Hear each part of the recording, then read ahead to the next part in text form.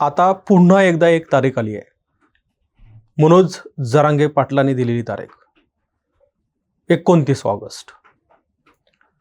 मी या तारखेचा उल्लेख यासाठी करतोय, तुम्हाला अगदी मागच्या 1.5 वर्षामध्ये जे काही मोठे आंदोलनं झाली, त्या आंदोलनाच्या आधी सुद्धा अशाच प्रकारच्या तारखा देण्यात आल्या होत्या.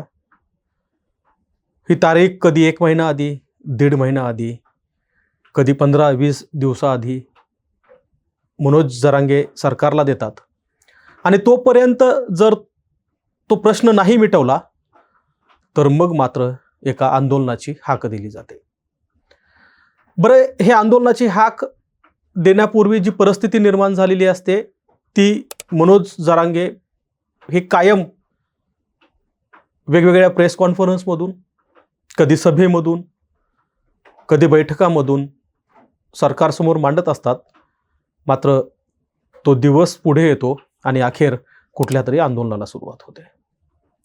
आंदोलन सुरू झालं की सरकारकडनं भूमिका व्यक्त केली जाते. आंदोलक त्यांच्या मागण्यावरती ठाम असतात आणि यामध्ये दोन्ही बाजूने, म्हणजे मराठा समाजातील लोक आक्रमकपणे पुढे येतात, सरकार हातगाईवर येतं आणि अशीच परिस्थिती पुन्हा एकदा 29 ऑगस्टला निर्माण होणार का, अशी चर्चा सुरू झाली. आणि म्हणून काय होणार आहे 29 ऑगस्टला, 28 ऑगस्ट ही डेडलाईन काय आहे आणि नेमक्या कोणत्या मागण्या यावेळी मनोज जरांगे पाटील यांनी ठेवल्यात, याच संदर्भात बोलण्यासाठी मी तुमच्या समोर आहे. नमस्कार, मी गोविंद शेळके आणि तुम्ही बघताय कट टू कट. पहिल्यांदा हे समजून घेऊया की यावेळी इतर मागण्यासोबतच ज्या प्रमुख 4 मागण्या आहेत, किंवा ज्या 4 लोकप्रतिनिधींच्या कास्ट व्हॅलिडिटी संदर्भात निर्माण झालेल्या प्रश्नाच्या मागण्या आहेत, त्या आधी समजून घेऊया. कारण मागच्या 8 ते 15 दिवसापासून जो काही वाद सरकार किंवा मनोज जरांगे विरुद्ध चंद्रशेखर बावनकुळे असा झाला, त्याची सुरुवात कुठून झाली तर अर्थात आपल्या सगळ्यांना माहीत आहे की 4 महिला लोकप्रतिनिधी ज्या ओबीसी कुणबी म्हणून निवडून आल्या होत्या आणि त्यानंतर मात्र त्यांचं ते सर्टिफिकेट व्हॅलिड झालं नाही, ते अपात्र झालं आणि तो दोष आहे तो अर्थात सरकारच्या विरोधात किंवा चंद्रशेखर बावनकुळे, संजय शिरसाट यांच्यामुळे झाला, असं मनोज जरांगे म्हणाले. त्या 4 लोकप्रतिनिधीमध्ये बीड, परभणी आणि छत्रपती संभाजीनगर जिल्ह्यामधल्या महिला लोकप्रतिनिधी होत्या. त्यात छत्रपती संभाजीनगर मधल्या जिल्हा परिषद गटातून निवडून आलेल्या ज्योती शिंदे यांचा अर्ज होता, जो कास्ट व्हॅलिडिटी झाली नाही, किंवा कुणबीचं सर्टिफिकेट त्यांच्याकडे होतं, मात्र ते अपात्र ठरवण्यात आलं आणि तिथून पुढे वादाला सुरुवात झाली. संभाजीनगरच्या गंगापूर नगर परिषदेतील वर्षा गायकवाड यांच्या संदर्भात सुद्धा तेच झालं. परभणी जिल्हा परिषदेच्या पूर्णा तालुक्यामध्ये राष्ट्रवादी काँग्रेसच्या जिल्हा परिषद सदस्य होत्या कोमल पारवे यांच्या संदर्भात सुद्धा तेच झालं. आणि माजलगाव नगरपालिकेमधल्या रेखा सरोदे, ज्या नगरसेवक म्हणून निवडून आल्या होत्या कुणबी सर्टिफिकेटवरती, मात्र त्यांनाही अपात्र व्हावं लागलं. या 4ही लोकप्रतिनिधींच्या संदर्भात जी कारवाई झाली आहे ती समजून घेणं गरजेचं आहे. कारण ही जी कारवाई झाली आहे ती या नेत्यांनी ज्या उमेदवाराच्या विरोधामध्ये निवडणूक लढली होती त्या उमेदवाराने आक्षेप घेतला आणि जी कुणी पडताळणी करणारी समिती असते त्या समितीने यांना अपात्र ठरवलं. मनोज जरांगे पाटलांचा जो आरोप होता तो एका पत्रावरनं होता, जे पत्र माजलगाव नगरपालिकेच्या रेखा सरोदे यांच्या संदर्भात देण्यात आलं होतं आणि ज्या पत्राची कॉपी व्हायरल झालेली आहे, आपण सगळीकडे बघतोय. आणि ह्याच कॉपीचा आधार घेऊन जात पडताळणी समितीने त्यांचा तो अर्ज बाद केला, असा आक्षेप आहे. खरं तर चंद्रशेखर बावनकुळे, देवेंद्र फडणवीस यांनी या संदर्भात आपली भूमिका स्पष्ट केली आहे की सरकार किंवा सरकारमध्ये बसलेला कोणताही मंत्री अशा प्रकारचा हस्तक्षेप करत नाही. तरी सुद्धा प्रश्न उरतो तो म्हणजे चंद्रशेखर बावनकुळे यांनी दिलेला पत्र आणि त्या पत्रावरतीच नेमकं बोट मनोज जरांगे यांनी ठेवलेलं होतं. आता मूळ विषयाकडे येऊ. 29 ऑगस्टला काय होणार आहे तर याचं सुतोवाच आता जरांगे यांनी केलंय. मनोज जरांगे पाटील म्हणतायत की 28 तारखेपर्यंत या 4 महिला लोकप्रतिनिधीच्या संदर्भात कुणबी सर्टिफिकेट अपात्र करण्याची जी कारवाई करण्यात आलेली आहे त्या संदर्भात सरकारनं जर दुरुस्ती केली नाही तर मग मात्र 29 ऑगस्टला मी परत एकदा आंदोलनाची हाक देणार.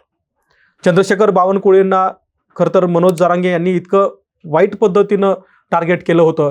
मागच्या काही दिवसापासून आपण बघितलं की वेगवेगळ्या प्रेस कॉन्फरन्समध्ये, सभामधून मनोज जरांगे पाटील यांनी टोकाची टीका ही चंद्रशेखर बावनकुळे यांच्यावरती केली होती. अगदी त्यांच्या व्यंगावर बोलल्यानंतर तर चंद्रशेखर बावनकुळे काल पत्रकार परिषदेमध्ये सुद्धा म्हणाले की माझ्या मुलाला माझ्या घरच्या व्यक्तींना काय वाईट वाटत असेल. आणि त्यानंतर मनोज जरांगे यांनी असं म्हटलं की आम्हाला पण भावना आहेत. मात्र कुठल्याही राजकीय नेत्याच्या व्यंगावरती, त्याच्या दिसण्यावरती बोलणं चुकीचं आहे. मनोज जरांगे बोललेत की आता ह्याच्या पुढे मी बोलणार नाही. असं असलं तरी 28 तारखेपर्यंतच सरकारला मी वेळ देतोय. मनोज जरांगे यांचा 28 तारखेपर्यंतचा जो काही इशारा आहे तो आता कसा पुढे जाणार, किंबहुना 28 तारखेपर्यंत सरकार या 4 लोकप्रतिनिधीच्या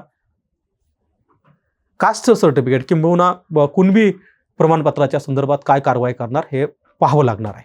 खरं तर एक गोष्ट इथे समजून घेतली पाहिजे. या 4ही महिला लोकप्रतिनिधीच्या विरोधामध्ये जी कारवाई झाली आहे त्या कारवाई संदर्भामध्ये त्यांच्या विरोधात निवडणूक लढलेला कुठला तरी उमेदवार हा त्यांचं हे सर्टिफिकेट वर त्यांनी आक्षेप घेतला आणि जात पडताळणी समितीसमोर ते प्रमाणपत्र आल्यानंतर त्यांनी ते रद्दबातल ठरवलं. आता प्रश्न इतकाच आहे की चंद्रशेखर बावनकुळे यांनी पत्र दिलं म्हणून ते कुणबी प्रमाणपत्र रद्द झालं का? जात पडताळणी समोर या उमेदवारांना संधी दिल्यानंतर सुद्धा त्यांना त्यांचं कुणबी सर्टिफिकेट प्रूव्ह करता आलं नाही. त्यासाठी लागणारे डॉक्युमेंट्स, त्यासाठी लागणारे कागदपत्र त्यांना जमवाजमव करता आलं नाही किंवा सिद्ध करता आलं नाही, म्हणून त्यांच्यावर कारवाई झाली.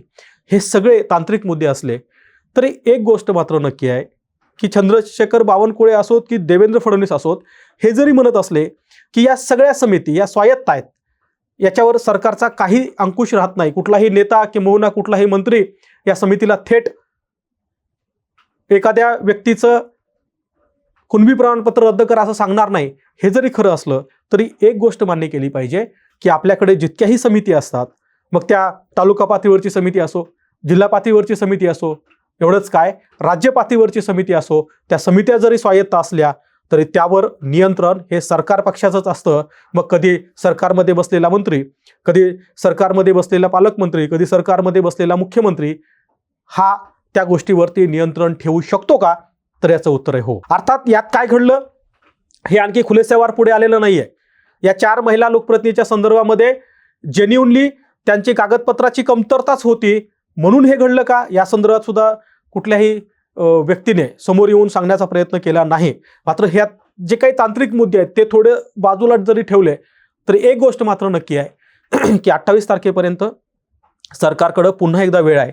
कारण मनोज जरांगे यांनी यापूर्वी जे आंदोलन केलं होतं ते आंदोलन इतकं मोठं झालं, आपल्या सगळ्याला माहित आहे की मुंबईमध्ये झालेलं आंदोलन हे मनोज जरांगे यांचं सगळ्यात मोठं आणि शेवटचं आंदोलन होतं आणि त्या आंदोलनाने सरकार हातगाईला आलं, मुंबईकर नागरिक हैराण झाले, त्यानंतर आंदोलकांचे सुद्धा किती मोठे हाल झाले हे सगळं आपण बघितलं होतं.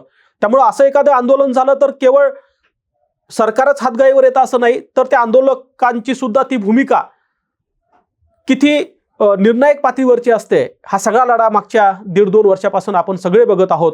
आणि त्यामुळं पुन्हा एकदा अशा आंदोलनाची हाक जर मनोज जरांगे देत असतील तर सरकार गांभीर्यपूर्वक त्याची पूर्तता करणार आहे की नाही प्रश्न उरतोच. कारण अपात्रतेचा हा सगळा चेंडू जरी स्थानिक पातळीवरच्या, जिल्हा पातळीवरच्या समितीकडे जात असला तरी सरकार म्हणून याच्यामध्ये काही इंटरफेरन्स होणार आहेत का नाही. 28 तारीख जरी खूप दूर असली तरी त्याच्या आधीच मनोज जरांगे आणि सरकार यांच्यामध्ये चर्चा होऊ शकते, ती चर्चा तरी होणार का नाही असे प्रश्न या निमित्ताने उपस्थित झालेत. बाकी काही असो, मनोज जरांगे यांनी दिलेली 29 तारखेची ही जी काय हाक आहे यामुळे पुन्हा एकदा लोकांत चर्चा सुरू झाली आहे. आंदोलन असेल तर मग ते कशा प्रकारचं असेल, सरकारच्या विरोधातलं हे आंदोलन असेल तर ते मग आंतरवली सराटीमध्ये सुरुवात होईल या आंदोलनाला, की थेट पुन्हा एकदा मुंबईला जाऊन आंदोलक हे आंदोलन करतील. आता वर्षा निवासस्थानाच्या, मुख्यमंत्र्यांच्या वर्षा निवासस्थानासंदर्भात सुद्धा फार मोठी चर्चा मराठा आंदोलकामध्ये आहे. मनोज जरांगे यांनी त्या संदर्भात सुद्धा सुतवाच केलाय. हे आंदोलन खरंच वर्षाच्या समोर होणार आहे का, असे अनुत्तरित अनेक प्रश्न आहेत. या प्रश्नाची उत्तरं हे पुढच्या 28 तारखेपर्यंत मिळणार का, आणि कदाचित सरकारने मनोज जरांगे यांच्याशी चर्चा करून जर हा तिढा सोडवला तर कदाचित 29 तारखेच्या तो आंदोलनाचा दिवस उजळणार नाही असं म्हटलं तर ते चुकीचं ठरणार नाही. धन्यवाद.